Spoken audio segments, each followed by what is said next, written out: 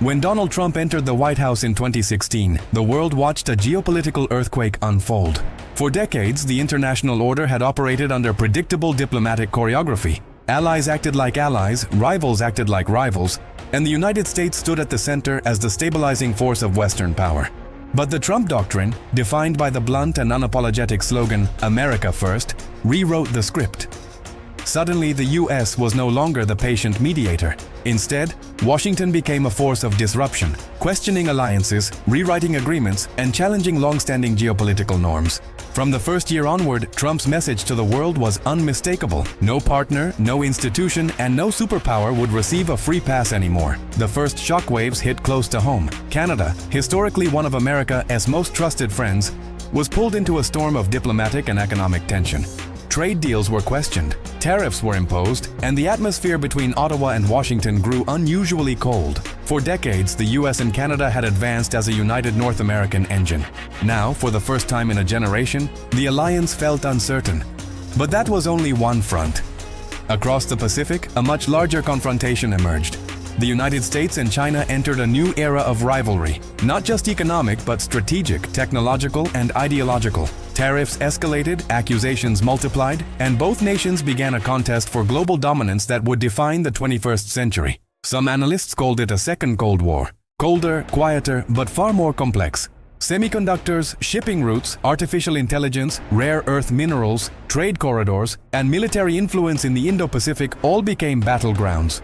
Meanwhile, Asia's secondary powers, Japan, South Korea, Taiwan, and even Southeast Asian nations, were forced to recalculate their positions as the Pacific grew tense and unpredictable. And so the question began to echo in diplomatic halls across the globe. Was the United States still the conductor of the free world? Or was a new world order beginning without permission? What happened next would only deepen the fracture lines on the global chessboard. As tensions intensified, the North American partnership entered a defining test. Trump's administration pushed Canada into renegotiating NAFTA, arguing that the agreement had favored Ottawa and Mexico while weakening American industry.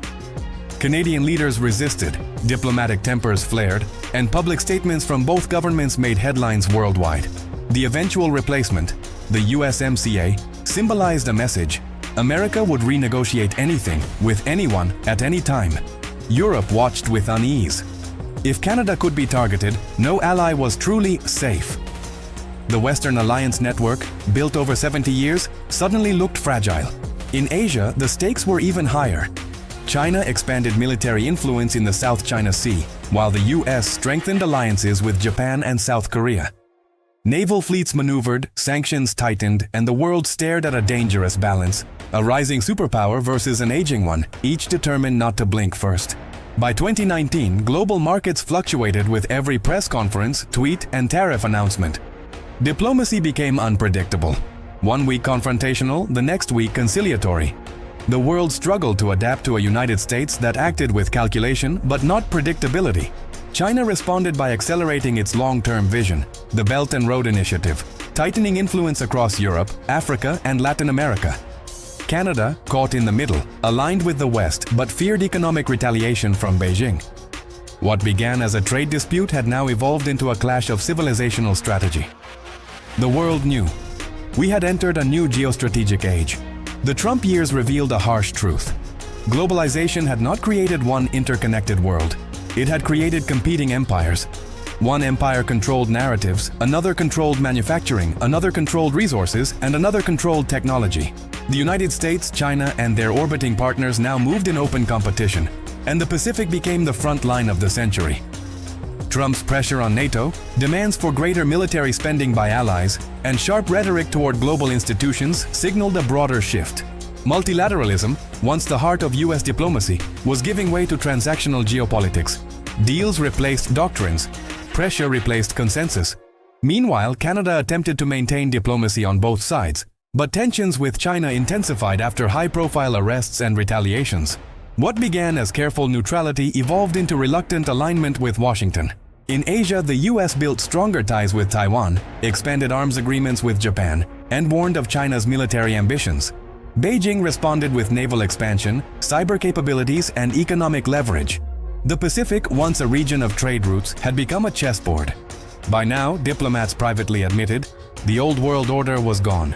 By the end of Trump's term, the planet had become more divided, not by borders, but by spheres of influence. Canada, Europe, and Asian allies sought security under a U.S.-led umbrella, while China built its own network of influence stretching from Moscow to the Middle East. Even after Trump left office, the geopolitical chain reaction did not stop. The US-China rivalry continued, the Pacific state militarized, trade blocs hardened, diplomatic trust eroded, and Canada, once shielded by stability, now faced the reality of a multipolar world where protection came at a price. Scholars would later argue that this period marked the irreversible split of the global system into two competing models, one Western and one Sinocentric. The struggle was no longer about territory, but about data, currency, chips, alliances, infrastructure, and narrative. The global order crossed a threshold, and there would be no return to the predictability of the past.